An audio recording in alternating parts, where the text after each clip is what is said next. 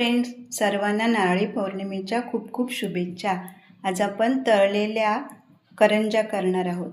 त्यासाठी मी ओलं खोबरं, गूळ, थोडे ड्रायफ्रूट्स घेतले आहेत, खसखस, वेलची पावडर आणि जायफळ.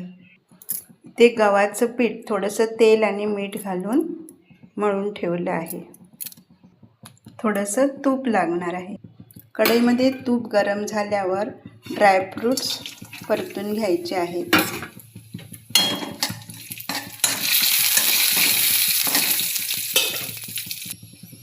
आता खसखस घालणार आहे.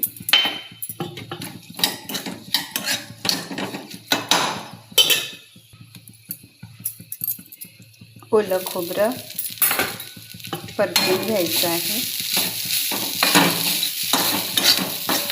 5 मिनिटं व्यवस्थित परतून घ्यायचं आणि नंतर गूळ घालायचा.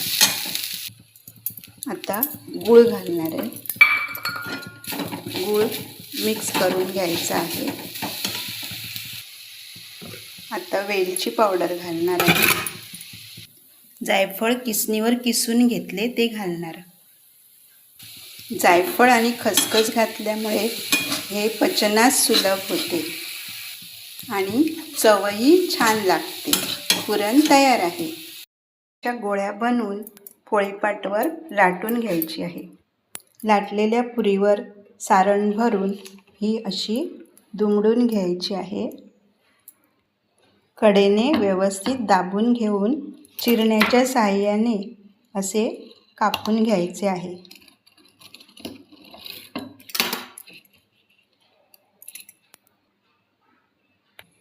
कढईमध्ये शेंगदाण्याचे तेल तापण्यास ठेवले आहे. व्यवस्थित तापल्यावर आग थोडी कमी करून करंज्या तळून घ्यायच्या आहे. कढईने थोडंसं तेल वरून सोडल्यावर छान फुलतात. त्या करंजी फिरवून घ्यायची आहे.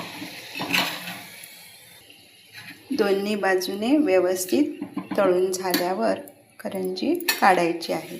अशा प्रकारे करंज्या तयार झाल्या. रेसिपी आवडली का कमेंट करून सांगा. चॅनेलला सबस्क्राईब करा. थँक्यू.